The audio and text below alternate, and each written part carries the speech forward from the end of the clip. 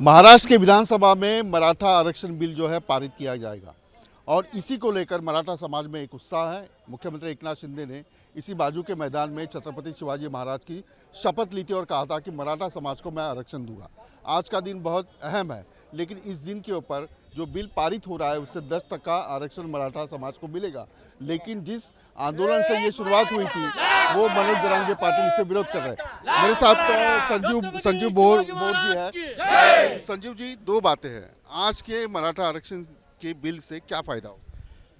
आज का जो बिल महाराष्ट्र के विधानसभा में विधान परिषद में जो पारित होने जा रहा है, इससे मराठा समाज को, मराठा कम्युनिटी को उनका अलग सा स्वतंत्र रिजर्वेशन मिलने वाला है और ये बहुत बड़ी बात है।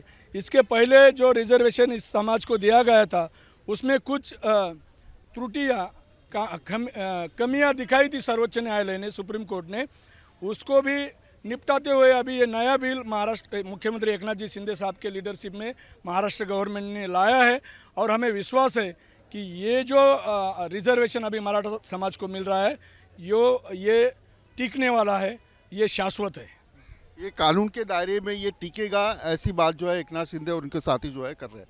एक बात है कि 60 मोर्चा इसी मुंबई में निकाले गए अलग अलग महाराष्ट्र के विभाग में और करोड़ों लोग इस आंदोलन में शामिल हुए थे। ये सारे लोग आंदोलन में शामिल थे, लेकिन मनोज जरांगे पाटिल का इस बिल को विरोध है। उनका कहना है कि जो स्वतंत्र आरक्षण है वो नहीं चाहिए, ओबीसी में चाहिए। तो इसके लिए क्या कहेंगे?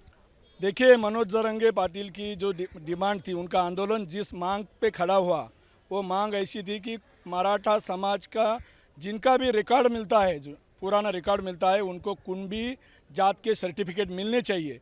तो उनकी मांग पे महाराष्ट्र के महायुति गवर्नमेंट ने बहुत सारा काम किया है और ये सारे सर्टिफिकेट जिनके पुराने रिकॉर्ड्स 1967 के पहले के रिकॉर्ड्स मिलते हैं, उनको ये सर्टिफिकेट दिए जा रहे हैं, इसके कैंप लगाए जा रहे हैं। तो उनकी मांग तो पूरी हो गई। अब ये मांग उनकी नहीं थी, इस रिजर्वेशन में उनकी कोई भूमिका नहीं थी। अब अचानक अगर वो कोई भूमिका लेंगे तो महाराष्ट्र का मराठा समाज भी काफ़ी समझदार है। मनोज जरांगे पाटिल की जो मांग है वो महाराष्ट्र गवर्नमेंट ने की। उनके मांग के अंदर जो मराठा समाज नहीं आता था उनको न्याय दिलाने के लिए महाराष्ट्र गवर्नमेंट ने, मुख्यमंत्री एकनाथ जी शिंदे साहब के लीडरशिप वाले गवर्नमेंट ने ये डिसीजन लिया है।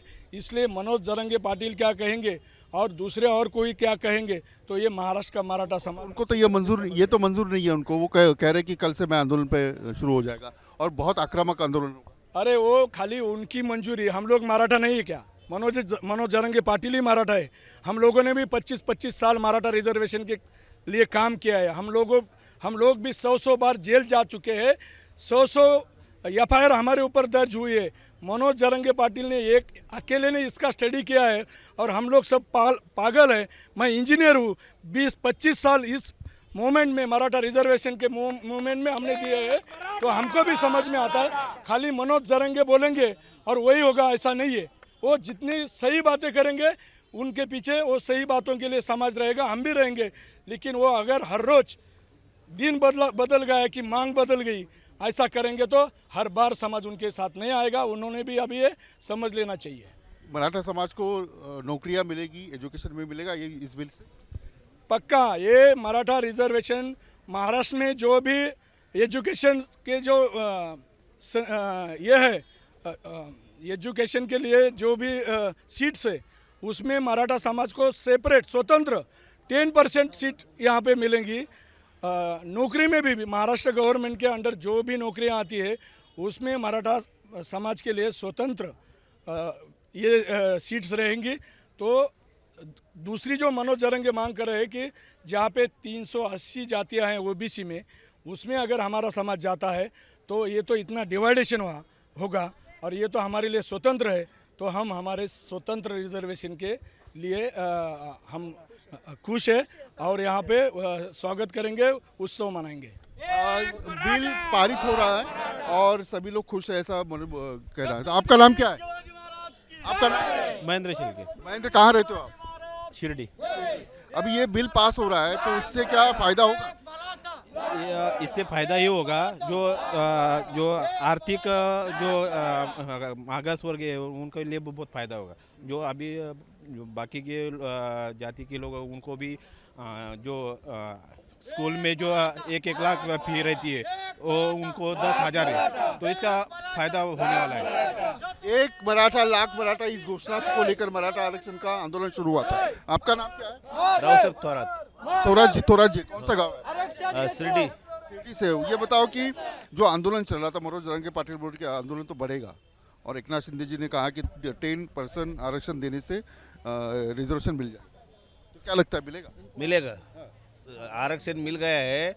और जो मनोज जरंगे पाटिल ने जो ओबीसी में जो कुणबी जाति का सर्टिफिकेट मांगा था वो तो सरकार ने दी है, लेकिन उसके जो आगे जो जिसको कुणबी जाति का सर्टिफिकेट नहीं मिला, वो जो मराठा है उसको 10% में वो मराठा जाति का सर्टिफिकेट मिलने के बाद उसके बच्चों की पढ़ाई के लिए और उसके नौकरी के लिए काम हो जाने वाला है। ये तो बहुत बढ़िया बात हमारे मुख्यमंत्री साहब ने की है, इस सरकार ने की है। हम सब दिल खुश है। ये मराठा रिजर्वेशन के लेकर काफ़ी सारी बातें जो है वो हो रही है। कोई खुश है, मनोज जरंगे पाटिल नाराज है, लेकिन यहाँ देखिए यहाँ काफ़ी सारे लोग आए हैं। नमस्कार, क्या नाम है आपका? विलास इंगली, इंग्लिश जी। गाँव कौन सा है आपका? लिमगाव, कौन सा है लिमगांव? तालुका पैठण, जिला छत्रपति संभाजीनगर। छत्रपति संभाजीनगर साहब, ये मराठा रिजर्वेशन मिल गया आपको? इससे फायदा होगा? फिर कैसा फायदा होगा?